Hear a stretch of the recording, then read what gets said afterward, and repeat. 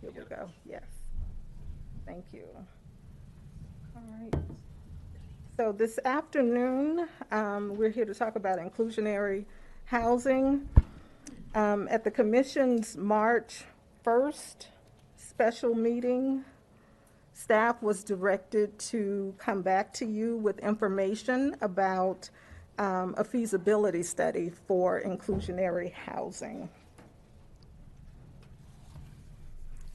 And so basically the definition of inclusionary housing, it is a regulatory tool, a land use policy that is used by local governments to increase the supply of affordable housing within a community. It can be either mandatory or voluntary. The number of affordable units is typically a percentage of the total units in a particular development. And based on legislation passed in 2019, local governments are now required to offset the financial impact of required affordable housing units on developers. And this is done largely through incentives. So this slide summarizes those changes enacted in 2019 that impact inclusionary housing. Basically, when developers are required to provide a percentage of affordable units within a development or pay what is called a fee in lieu, the local government must provide an offset to cover the costs to the developer. So that's usually done with incentives, and those incentives usually include density bonus, fee waivers or reductions, and other incentives such as land contributions. So inclusionary housing has benefits as well as limitations. The benefits includes that it obviously increases the stock of affordable housing that is available in a community. It promotes the distribution of affordable units across the community, as well as concentrating affordable housing in one particular area. And it can be a relatively low cost to local governments to implement. Its limitations are that it's dependent, of course, on market forces. It only impacts new development.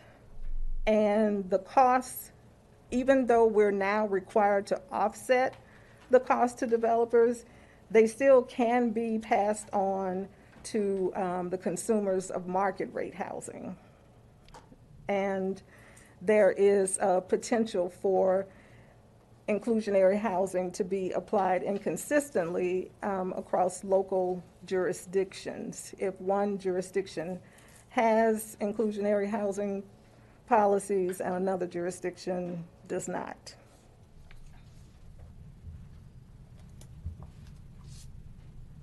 So the county's comprehensive plan currently has a framework of policies in place in the future land use element and the housing element that address density bonuses for affordable housing, the dispersion of affordable housing, as well as incentives for the development of affordable housing at the very low and extremely low income levels. So that framework is already established in our plan. This slide provides some definitions when we talk about affordable housing, and this information is taken from our comprehensive plan. So basically, housing is considered affordable when monthly rent or mortgage payments do not exceed 30% of the median adjusted gross income at each income level represented in the slide. So for extremely low households, households that are at or below 30% of AGI, Very low households are those that are at or below 50% of median AGI. Low income means they're at or below 80% of the median AGI, and moderate at or below 120%. And for purposes of this discussion, we interchangeably use AGI and AMI, area median income.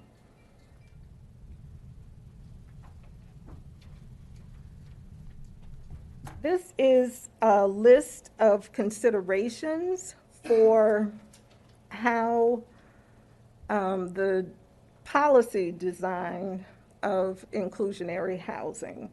So basically, some of the major considerations include whether the program will be mandatory or voluntary, whether it will be countywide or focused on a specific geographic area, the development size, threshold that is going to trigger the inclusionary housing program,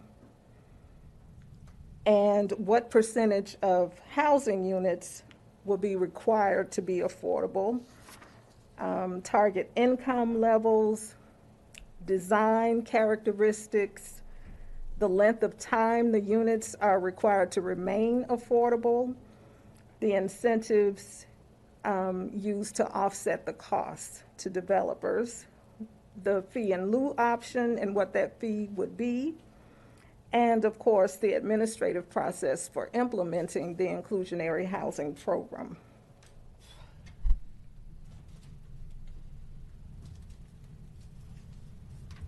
In terms of the inclusionary housing feasibility study, this study will provide a data-based foundation for the policy or the program.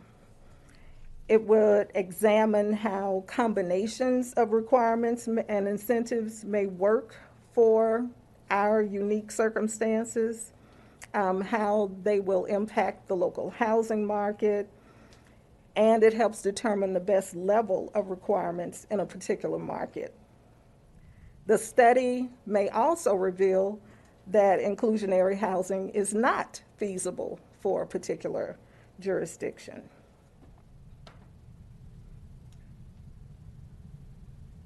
Also, in terms of the feasibility study, it's used to identify different policy scenarios, testing the impacts of those policies, determining costs to developers that would have to be offset, and providing recommendations on how the program is implemented and administered.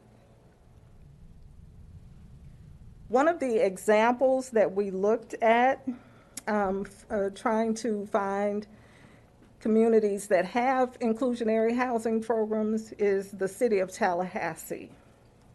So the city of Tallahassee has had an inclusionary housing policy since 2005.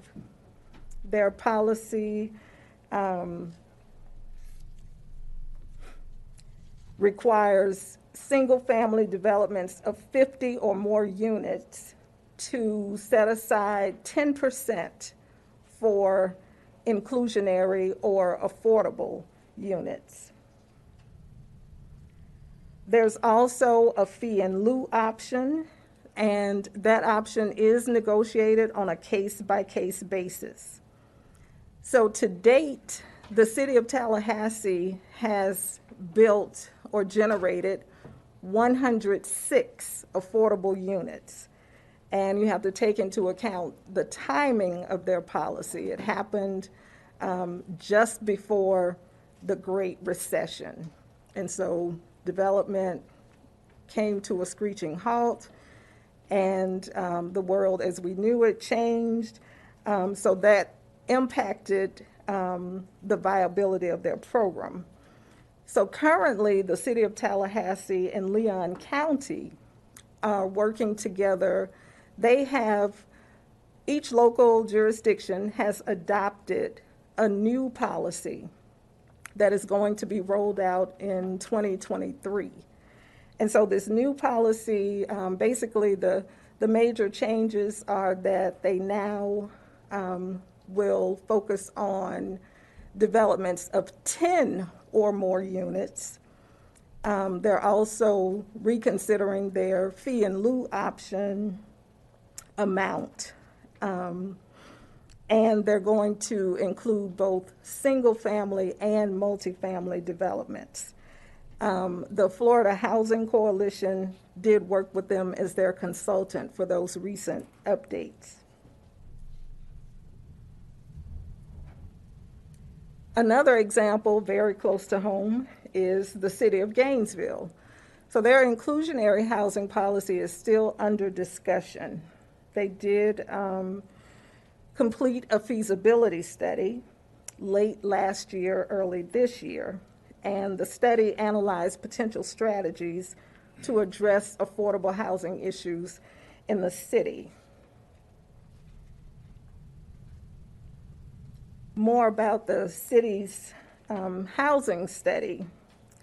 The recommendations include applying inclusionary policies to new multifamily residential development only with 10 or more units. And 10% of the units would be required to be affordable for households earning up to 80% of area median income. Inclusionary housing would be required in certain areas, it wouldn't be citywide, and then voluntary outside the designated areas.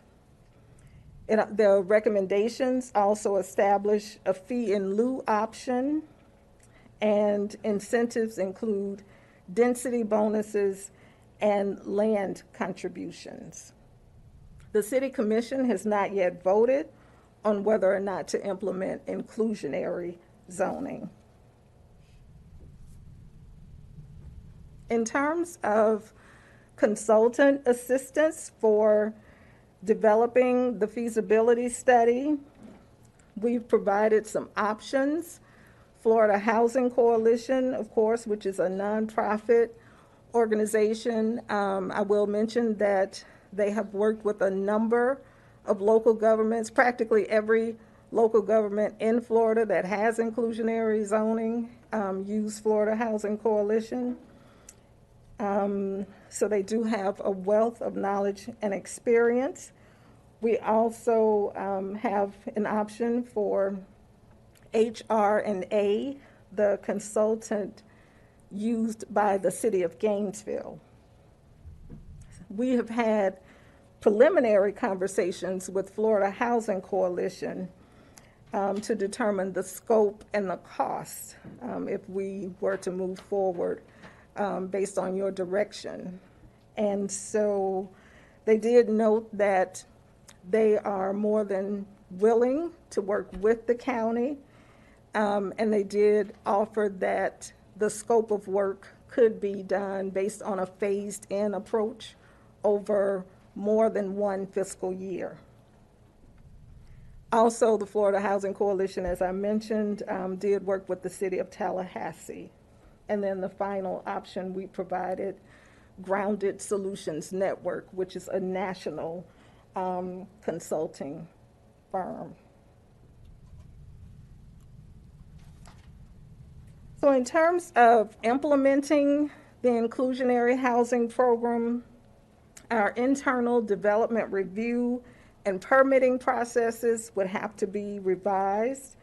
We would also have to establish a process for the ongoing monitoring of the program to ensure that the affordability requirements are met.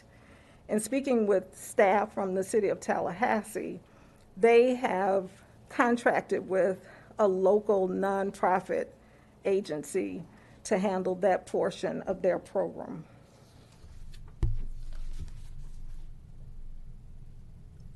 And so that brings us to potential next steps for Alachua County.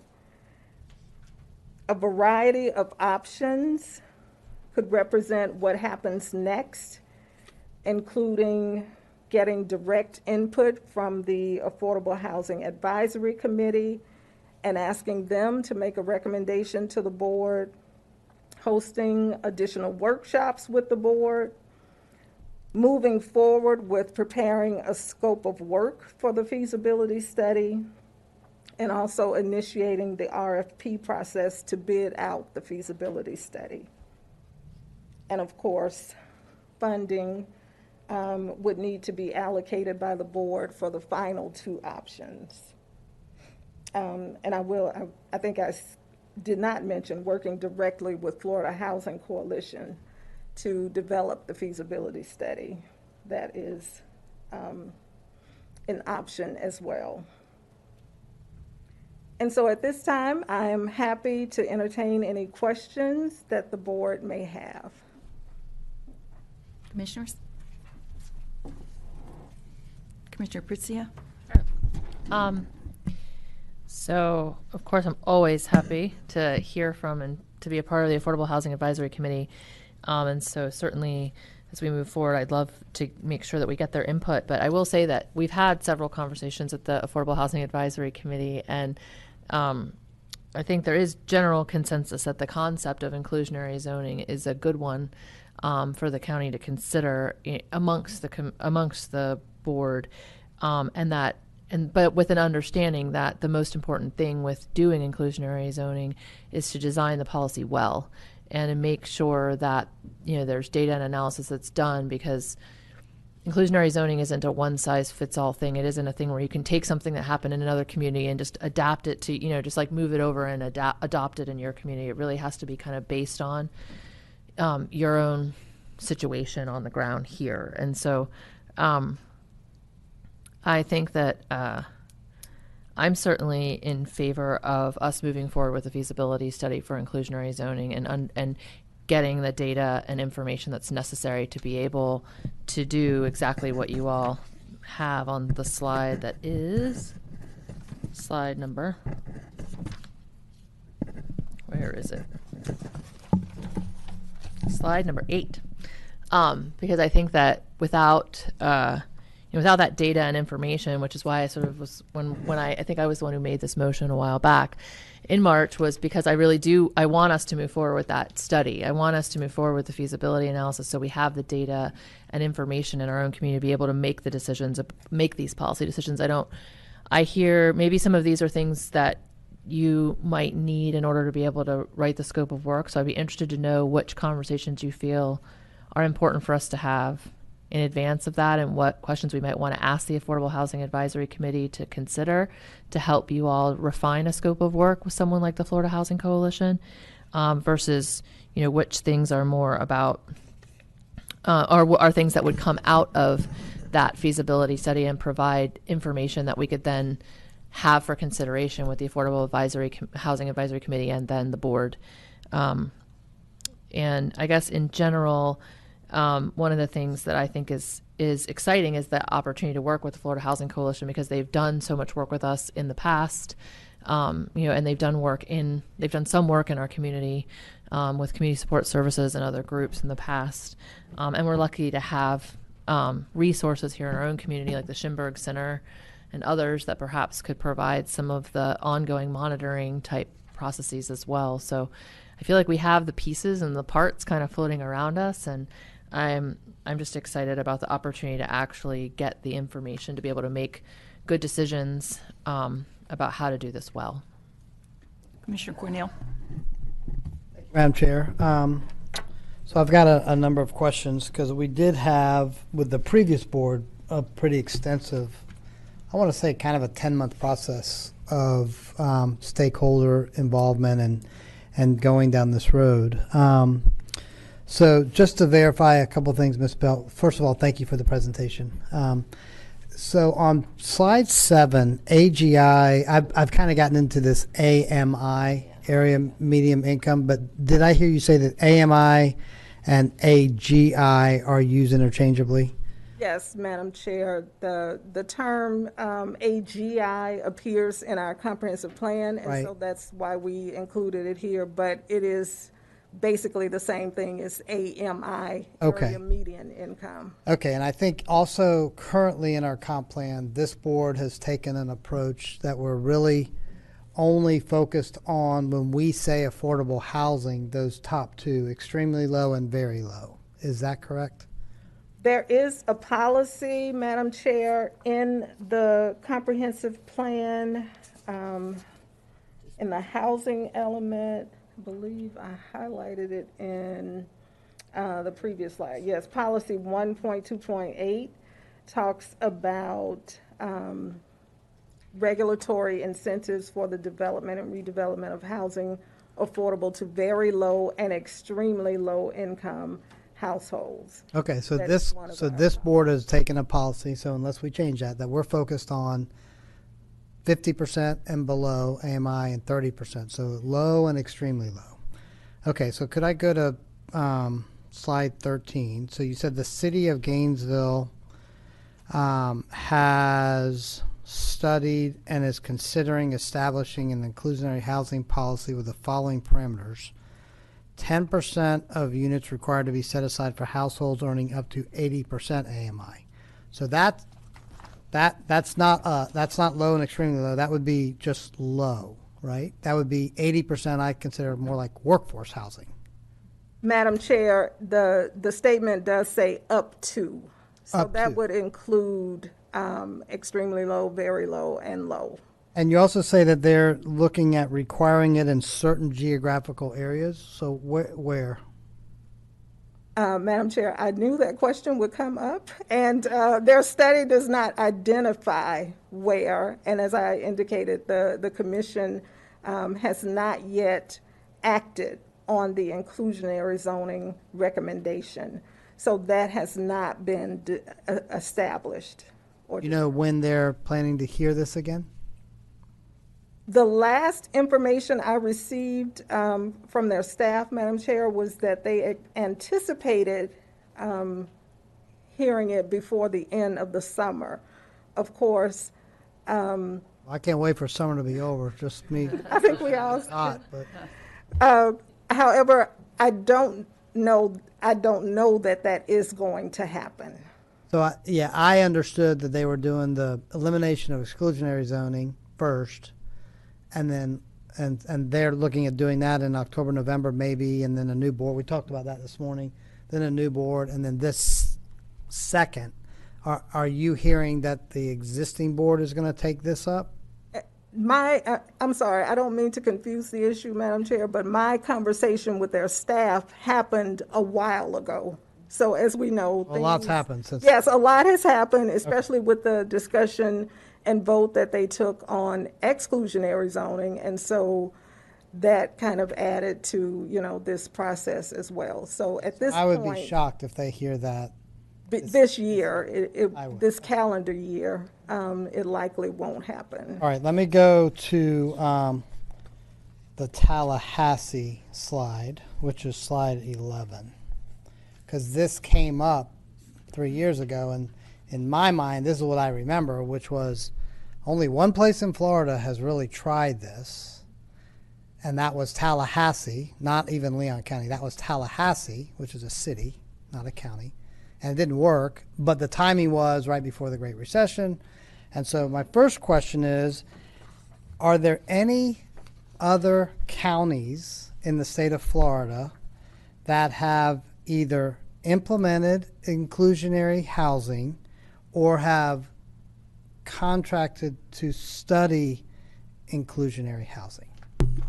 Madam Chair, yes, there are. There are a number of jurisdictions, including Palm Beach County, that has inclusionary zoning. The Palm Beach County model is directed at workforce housing. And I believe that is the only other county, with the exception now of Leon County, because Leon County has voted and it will be implemented in 2023. Okay, well, let's talk about Leon County before I go to Palm Beach. So Leon County, what are they using for AMI or AGI?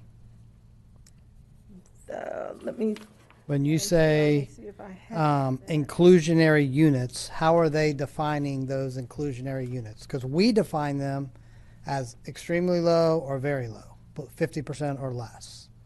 How is Leon County, and I guess since we're talking about Palm Beach County, if defining them?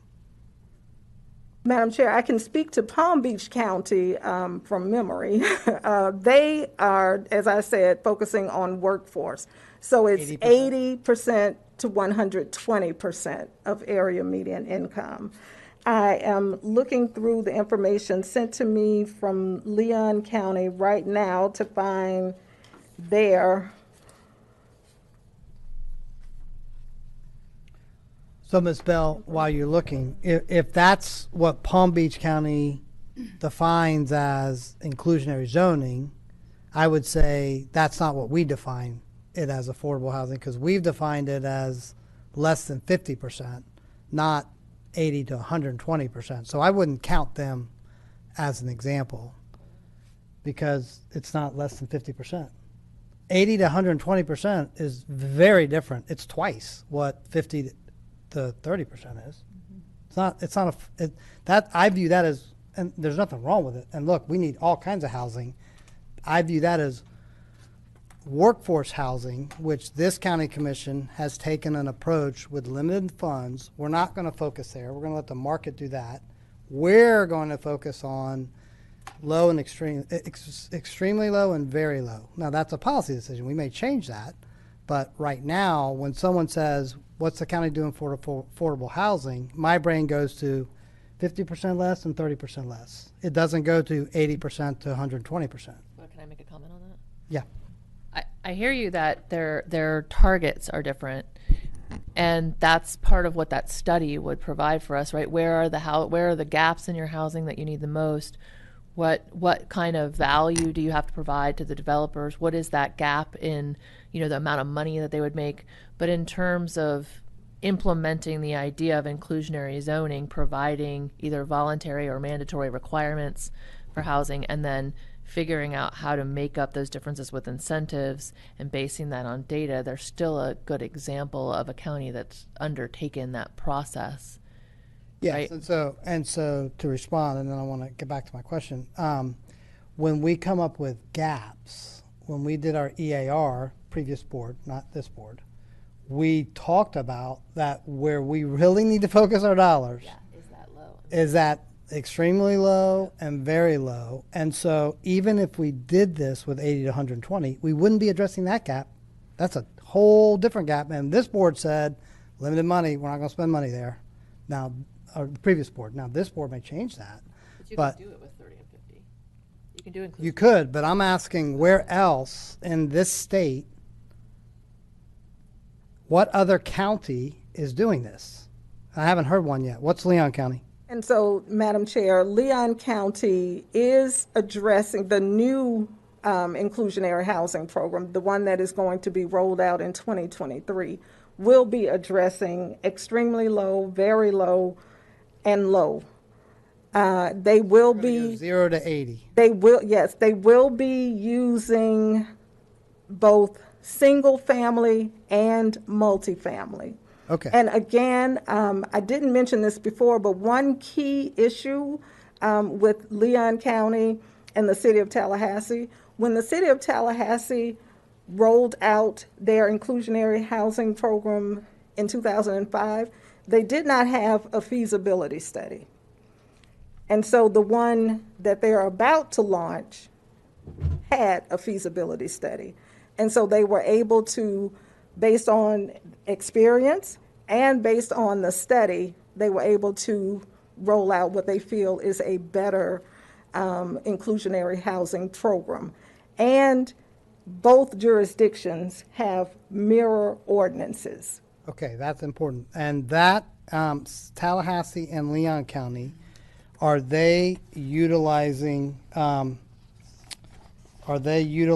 Florida Housing Coalition? Did they utilize them for their feasibility study? Madam Chair, yes, they did utilize Florida Housing Coalition. I spoke with Mrs. Jean Amerson with the City of Tallahassee Housing Revitalization Department. She could not sing their praises enough. She said it was an outstanding work experience. How much did that cost and how long did it take? The cost I do not have. The time that it took, it did take over, it ran beyond more than one fiscal year. Do you have an estimate of what it cost? It should be public information. Madam Chair, we have not been able to get the Florida Housing Coalition to give us a dollar number, and We can ask Tallahassee. and I did not get a dollar number. I did ask for that information. I did not get a dollar number from them. I suppose I could search deeper and find that information, but as far as And they're Leon County. a number, I do not have a number in terms of the cost. Probably depends on the scope well for them. Exactly. Well, if we're going to, okay, hold on a minute. If we're going to, Leon County is a great example. They are the most like us in the state. And so it would seem perfectly reasonable that we would look at exactly what they did, how long it took, and what it cost. And none of that's a secret. It's all public information. And before I move forward, I want to hear it. I want to understand it. Because I don't want to be I love being the first at certain things. I don't want to be the first on this one. So I really want to capture and use all the information that they did to kind of shorten our time frame if this is the direction we're going. I like the idea. I like hearing, though, that they, too, are focused on extremely low, very low, and then it sounds like they have a workforce component, which is that low area. I would like to know kind of what their targets are for each of those, because you can say I'm focused on these other two, but not really. We'll do one project, but really this is workforce housing, and I just want to kind of understand what they're doing. That to me is the closest to us that we should be studying. Okay, question. Madam Chair, if I may, Yes, please. just for a minute to address the issue that was brought up concerning comparing the cost to Leon County to Alachua County from Florida Housing Coalition. Please keep in mind that they were at a different point. They were at a different place. They already had an inclusionary housing program and experience. So it may not be. So ours would be more. And that's my thought, Madam Chair. Yeah, my thought too, and things aren't getting cheaper. So, okay, and do we know what Leon County and the city of Tallahassee's goals are for 2023, 2024, and 2025 with regards to inclusionary units? Like how many? Madam Chair, in my speaking with their staff, I did not get a number for goals. As I said before, the previous program they had did not necessarily establish goals. That program did net a little over 100 units, but no mention of goals. Of those 106 affordable units, what were they? What category were they? I don't have the information in terms of income category. I do know that 96 were single family and 10 were multifamily. But we don't know if they were extremely low, very low, or low? Madam Chair, that information I do not have. Okay. And so right now, if you are going to do a new housing development in the city of Tallahassee or Leon County, starting in 2023, if you are going to do more than 10 units, you will be required to fall under this rule of creating at least 10% inclusionary units. Madam Chair, yes, starting in 2023. Okay. Those are all my questions. Thank you. May I? Oh, no, I'm sorry. One more. I'm sorry. I'm sorry. What does the Schimberg and UF say about this with regards to implementing this type of a study or this type of a program in Alachua County? In terms of the Schimberg Center, we have accessed their database. We have not asked them for a policy recommendation, but we have definitely relied on their data and information that's been presented to the board in previous presentations have largely been from those sources, that source. Okay. Other than Leon County and Palm Beach County, though, no other counties that you're aware of? There's no other county. About cities? There are others. There are about 8 cities. In Florida? In Florida. Coral Springs.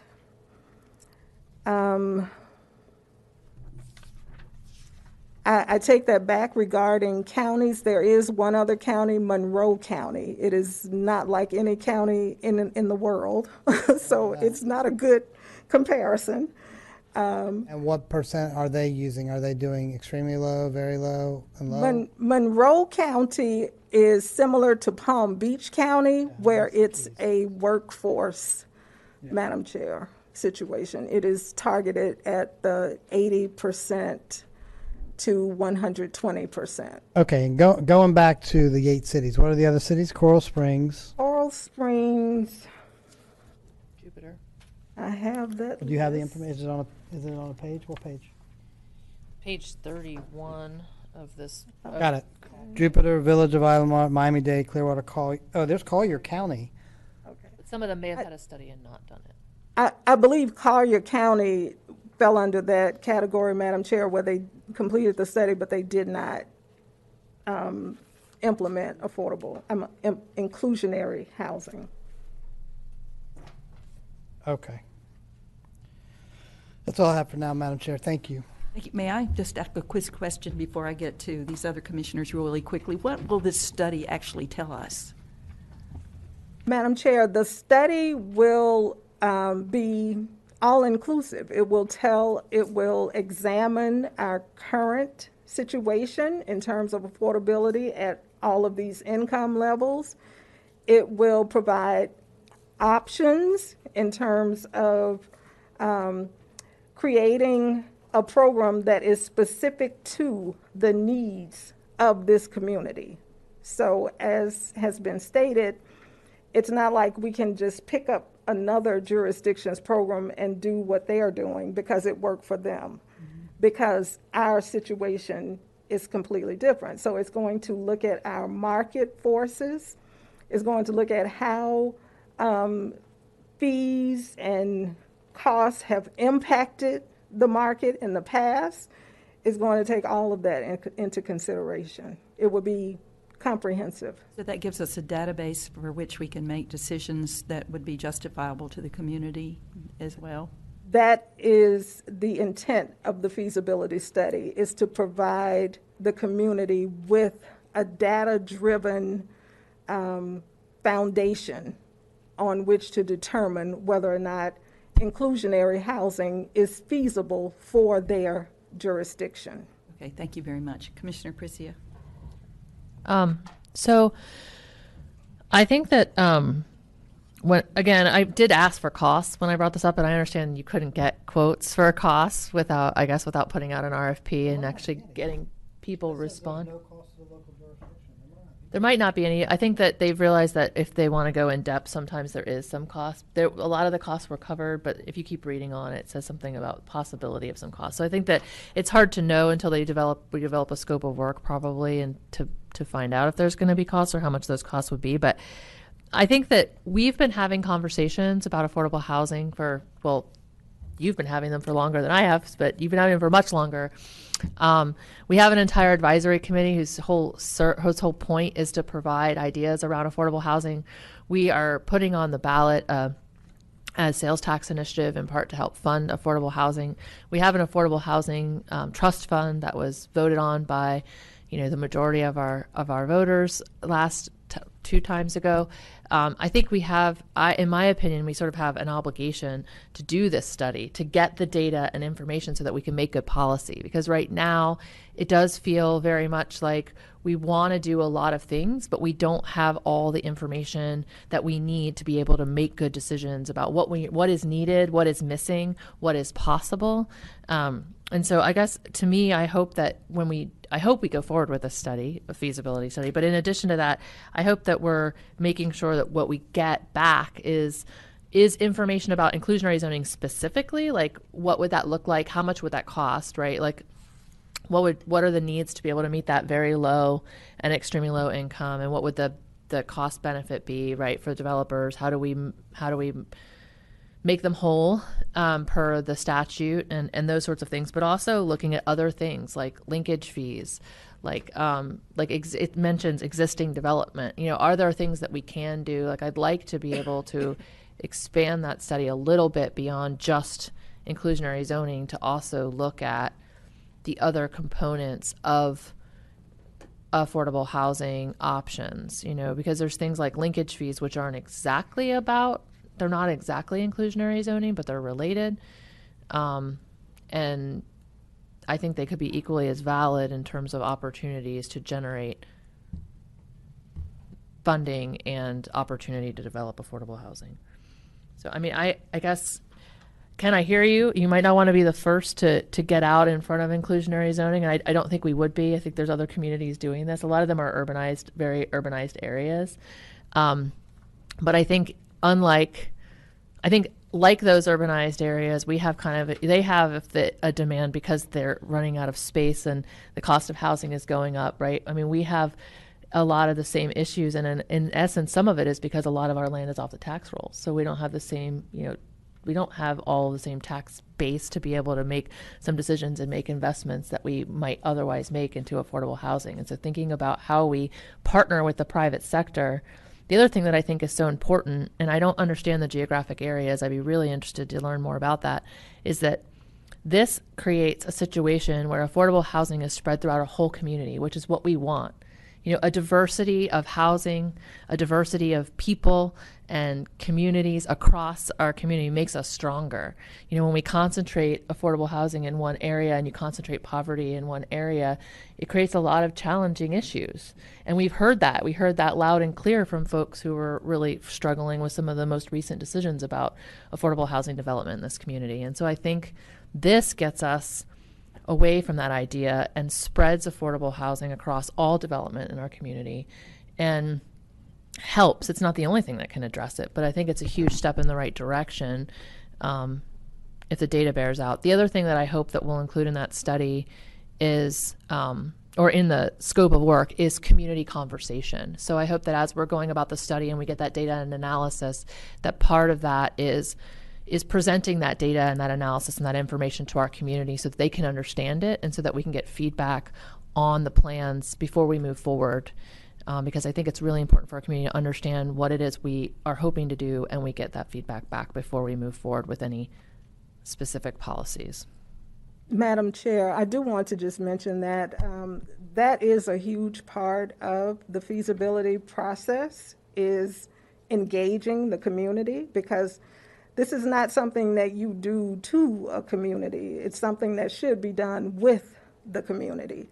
And so that would be a key part of the study that would definitely be addressed. Many of the issues that Commissioner Prizia just mentioned would be at the heart of what's in the feasibility study. Thank you. Commissioner Chestnut? Thank you, Madam Chair. I support the inclusionary housing feasibility study because we need to know the data and the information that's available. I guess I'm more concerned. I don't like House Bill 7103, I think it was. I just think that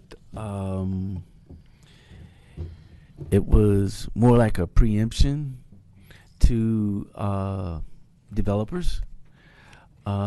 Just like with other preemptions that occurs with county government and city governments. But that's just my opinion.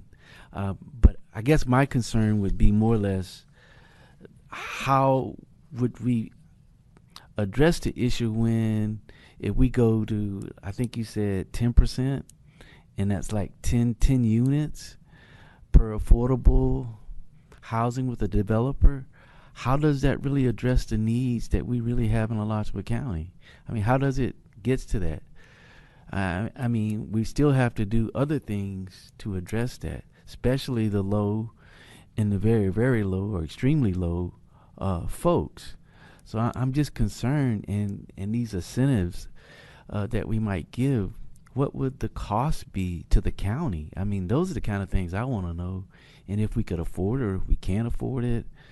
how do we really address those issues? I mean, those are some of my concerns. And so I guess the feasibility study will maybe help us get there to understand more about it and what we will allow, like the density bonus points. I mean, I'm one of those type of guys. I got to know what it's going to cost before I go any further. That's where I'm at with this. But I think the study has to be done to really get the factual data that we actually need in terms of the county. And I hope it would be mandatory across the county and not just in certain areas. I don't like that. I think that it has to be spread it equally. And I think Commissioner Prizia spoke about that if you look, and I think that recently with some of the issues with the city of Gainesville, with some of the residents in East Gainesville, is that they're tired of all of the low and very low income type developments coming into their area. And how does that help their property value? How does that become an investment for their children in the future? So I get it, but I'm just saying, so that's why I don't support just being in a certain area. I don't think that that's logical, or if it's helpful for the community either, to concentrate low and very low income housing on an area that has already have a huge amount of it as of today. So I mean, so those are my concerns. I just wanted to put that out there, and I think that those are some of the things we have to address for me to move further with this. So thank you. Thank you, Commissioner. Commissioner Cornell? New Commissioner. Madam Chair, so I'm looking at page 31, Commissioners, of our backup, which it looks like is an email from Ms. Nesbitt of the Florida Housing Coalition to Mr. Nesbitt. Mr. Nesbitt, Ashton Nesbitt to Ms. Bell. And the second sentence says, most of this work was done on the auspices of our catalyst contract with the state, meaning there would be no cost to the local jurisdiction. And then further down in that paragraph, it starts with education, community buy-in, to Commissioner Prizia's point, use of best practices that will result in kind of this idea of a four-way win. Win for the local government, win for the developers, win for the community, and ultimately a win for the households that live in the ordinance. Then goes on to talk about why those 8 cities and or 7 cities in Collier County may or may not have implemented, or 6 cities, Palm Beach, Collier County, and Tallahassee, Leon County.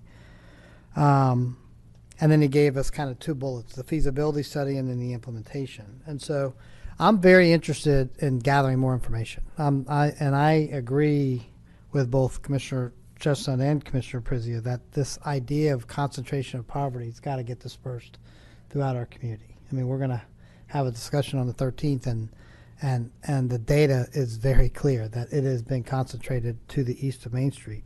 And we have to change that. We have to figure out how to change that. And a feasibility study may be the beginning of one particular way of changing that. There's I think we got to do lots of different things. And so I'm interested in learning a lot more about what has worked and not worked at Leon County and what they're actually doing.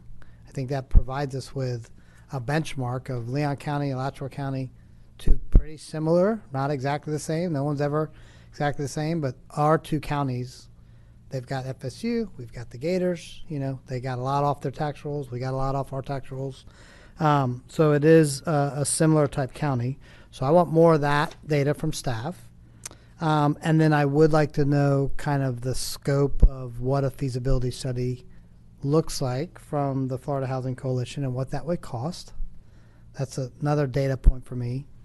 And then ultimately, I think similar to Tallahassee and Leon County, if we're going to try to do something, what the city is doing does matter. I don't want to follow or not follow, but what they're doing absolutely matters, because even your presentation, you said if you have different policies in adjoining jurisdictions, then it creates issues. So I think we need to kind of understand what that is. So I would move that we refer to staff to provide back to this board in the next 30 to 60 days a summary of what Leon County and Tallahassee are doing, and kind of where they are, so we understand what's going on there. That's part one.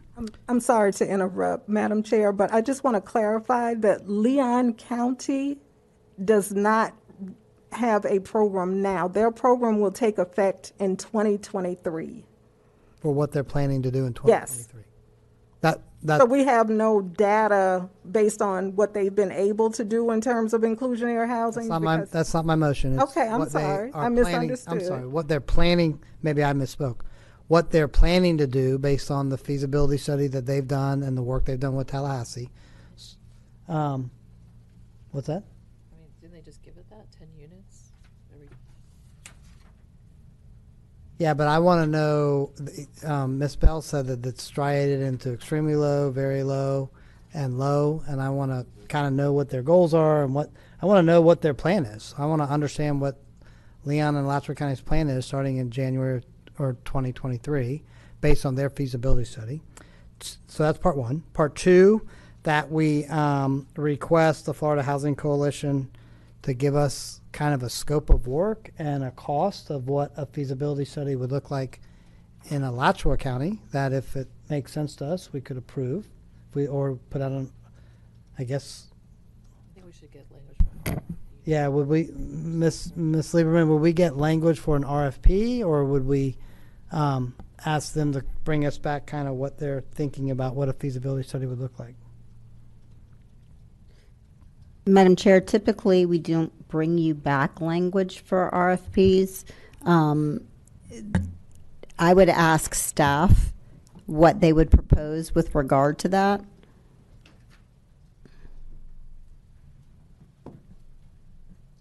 Well, I can scrap my attempt at a motion if you got a better one. Okay. Madam Chair, I think if we're pursuing the Florida Housing Coalition route, I think probably what staff would want to do is kind of prepare a draft scope, or at least an outline of a scope of work to share with them, and maybe they can give us some advice on some more specifics or other things to consider, and from there have a Cost and time frame. a cost and time frame. Yeah, Because I what- mean, I like their 4 wins. You know, win, win, win, win. I like that because everybody wins in that one. And I think that's kind of our goal, is that if we're going to do something, we need community input. We need the developers on board. We need the stakeholders on board. We need the local government on board. So I think that makes a lot of sense. And those are my 2 things, Commissioners. I want to really understand what Leon County's doing, planning to do, Ms. Bell, in 2023, based on what has and hasn't worked. So what are they planning to do? And then I'd like to know what a feasibility study would cost and how it would look before I say I'm ready to move forward. You want to finish your thought? Yeah, Madam Chair, I could add one thing on the cost of a feasibility study. We did look into what the city of Gainesville did with their consultant, HR&A. They did a full study on the exclusionary zoning and the inclusionary housing combined, and I think the cost of that was somewhere in the neighborhood of $180,000 to $190,000. It was broken out, and the inclusionary component of that, I think, was somewhere in the neighborhood of $80,000 to $90,000. Now, that's obviously using a private consultant that works at a national level. So, working with the Florida Housing Coalition, I'm sure would cost less than that.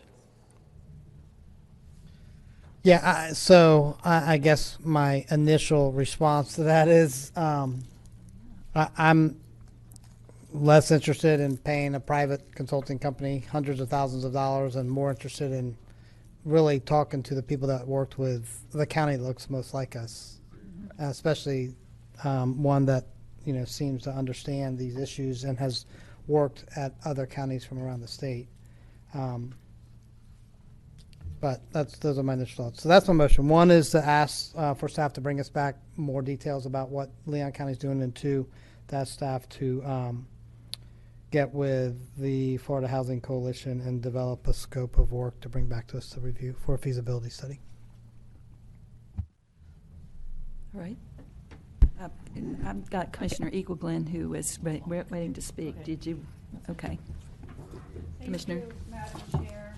So in my short time here on the commission, I've been faced with, I think, two big decisions so far regarding the overall idea of affordable housing. The first one was with the city of Gainesville, and that aspect of affordable housing is called exclusionary zoning. And the people resoundingly rejected it. Today, we were faced with the cottage ordinance. And I wouldn't say that I've seen enough to come to the conclusion that the people have resoundingly rejected it. But we did see a lot of uncertainties and unknowns, and we decided to issue a moratorium.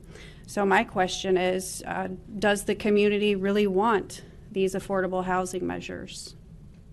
And I don't want to see what happened with the city of Gainesville, where it was the will of a few that was forced upon the community based on data from some national firm and ideas coming out of Washington, D.C. And literally somebody at that city of Gainesville meeting, it was one of the, I don't think it was the mayor, it was one of the commissioners, said that the goal was to drive down property values, drive down the cost of land, drive down the cost of people's homes, and to try to juxtapose that over the East Gainesville majority-minority community is just unacceptable. So if we're just talking about a feasibility study that's not going to cost us a lot of money, or none at all, would be great, then I'm on board with that. But I don't want this ship to sail forward thinking that once we get the feasibility study done, that this is something that we have to do, because it is up to the people of this community. Thank you, Madam Chair. Thank you, Commissioner. Commissioner Pritzia? I 100% agree with you. I think that's exactly why I think the feasibility study is so important, because we need the data and information, and we need the community engagement components of that feasibility study conversation in order to be able to have a constructive dialogue with our community and determine if this makes sense for us and how we would implement it. If it does. I think it's very different than the exclusionary zoning conversation, and I'm really disappointed that this conversation has to get mixed up with that conversation. It's really unfortunate. It really is, because the city of Gainesville did us no favors in trying to shove that down the throats of its citizens and its neighbors. So as a result, we're stuck where I think there's a lot of misunderstanding about the way in which zoning works and what zoning is where and what's possible where, and it's causing a lot of fear and a lot of anxiety in our community, and it's really, really unfortunate. I hope it'll get cleared up soon over there, and that maybe we can move forward and we can show some leadership in collecting data and feasibility and doing, I mean, I know that they did do a study. I'm not saying they didn't, but in continuing to do that and making sure that that community engagement part is up front in the feasibility, and so I guess I don't quite understand your. I guess I feel like we've gotten the information about what City of Tallahassee is doing, and the Leon County, they're providing that 10% or 10 units out of every over 10 units at 10%. So 1 unit for every 10 units would be affordable at 0 to 80% AMI, and with single and multifamily, they can't know how many units are going to be built in their county or how many applications are going to come forward in terms of targeting. So I guess I don't want to hold up. I would like us to move forward with a scope of work and get this feasibility study moving. It's going to take a year or more to do. And I feel, and the last motion was for them to bring forward ideas for a feasibility study and the cost of such. And so I feel like this was, your motion is essentially what my motion was in March. So we're like 9 months later, and you're making almost the same motion I made, but worded differently. And I guess I'm ready to move forward with getting a scope of work and actually moving forward with a feasibility study, assuming it doesn't cost us. It's not going to cost a fortune, but Yeah, assuming it doesn't cost anything, I don't mind moving forward. My big question, and it's still a big question, and no one can answer it, is anywhere else in the state doing anything other than less than 80% AMI? And Leon, because Palm Beach and Monroe County aren't. Leon is. right, maybe. I don't know what Leon is doing. I see what they're saying, 10%, 0 to 80, but I don't know if they're doing, all those are going to be at 80. They don't know either because none of things. Well, no, they do. I mean, if they did a if they did a feasibility study and they did an analysis over a year and a half, they have to have, and they know what the needs are, they have to have some sort of an idea of what's going to happen.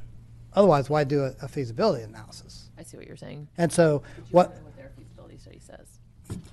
Yes, I want to understand, is it 0 to 80 for politics or is it 0 to 80 for real? And is it really just 80? Because I'm interested in 50 and below. That's what I think this board needs to spend its resources on. So why don't we put that into the motion that this feasibility study be for that focus? Love that. Yeah, I totally support that. And then your interest in Tallahassee is also how they're making the developers whole. Like what incentives are they offering within the? I think that's so everyone says the devil's in the details. It's all in the details in this case. We spent 10 months with our community 3 years ago, and it was all in, and the builders were, they were engaged. They were, Eric Drummond and some of the folks that are here today they went to like every single one of those meetings, and we got a lot of good stuff put into our EAR. It was good, but one thing that we all concluded was this isn't going to work, and let's not do it. I'm not saying that we're going to get there, but I haven't seen where it's worked in 50 and 30%. I have a lot of